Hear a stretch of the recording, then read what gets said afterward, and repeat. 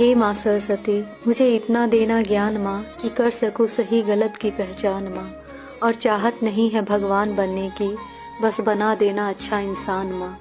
हे माँ, मेरे शब्दों में आपका चलचित्र हो जाए, सब मेरी तरफ खींचे चले आए, मेरी बानी में जैसे कोई इत्र हो जाए।